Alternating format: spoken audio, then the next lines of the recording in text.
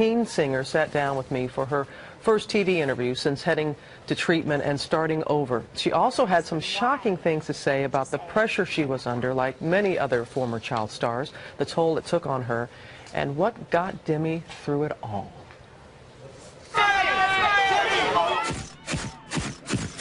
She's famous for her winning smile and her wholesome charm. You're one of us. Hi, I'm Sunny. For the little girl from Dallas, Texas, the desire to perform was homegrown. Her mom, Diana, was an aspiring country singer, a Dallas Cowboys cheerleader. And for her daughter, Demi, it was the classic tween musical, Camp Rock, that catapulted the young talent to stardom. Demi was living a teenager's dream. Movies. This is going to be the best summer ever. Her own television show, Gold Records, and dating teen heartthrob Joe Jonas. But away from the spotlight, a hidden shame. Before her rise to fame, Demi spent years secretly battling an eating disorder. She says it all started in early childhood when bullies constantly teased her and called her fat. I'm a very strong advocate for anti-bullying, but I've never been able to say this is why. I am such an advocate for it because from when I was bullied until now, I've suffered an eating disorder from the things that were said to me. Did it lead to a form of depression? Yes, definitely. Can you explain more about that period of your life?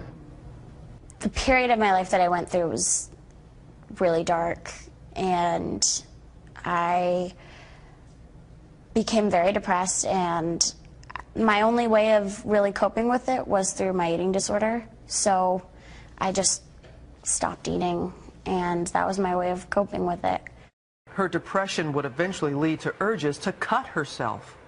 I've suffered from cross addictions over the past few years. I was trying to control my eating disorder, trying to get help for it. And when I was taking care of those things, the urges to do that came up. Yeah.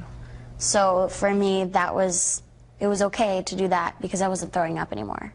Last fall, Demi checked into a residential treatment center, Timberline Knolls. What was the darkest point for you? I can't really pinpoint a darkest point for me because over the past few years I've had so many.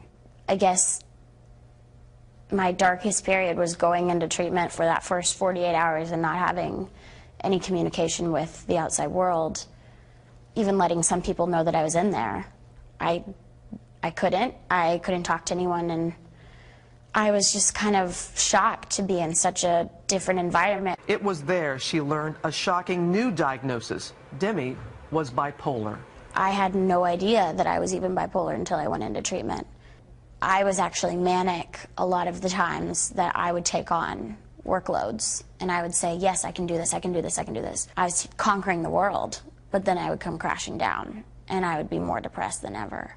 During 3 months of inpatient treatment, Demi learned new ways to manage her emotions. Today I'm learning how to cope with issues and cope with urges and things like that in healthy ways. Like I've picked up knitting.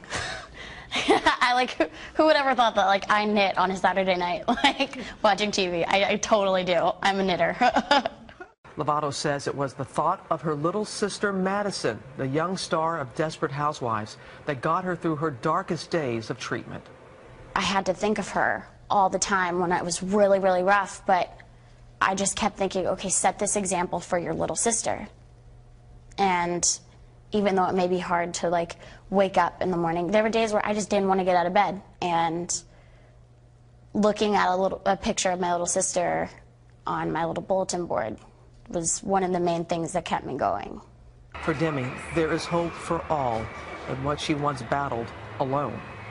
If I can prevent one person today from having the wrong friends, from cutting for the first time, to embarking on a horrible long journey with an eating disorder, if I can just change one life by this message, by saying don't go there, then I'm done.